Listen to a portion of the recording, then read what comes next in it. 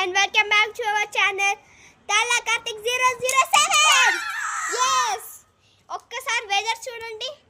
Weather అయితే చాలా beautiful గా ఉందా. ఆరెంజ్ మొత్తం అయిపోయింది. సన్ అయితే మేము పైకి వెళ్ళి తీయాలి కాబట్టి వద్దులే. ట్యూషన్ కొట్టేమో ఇంటికి ఎవరు రాలేదు ట్యూషన్కి.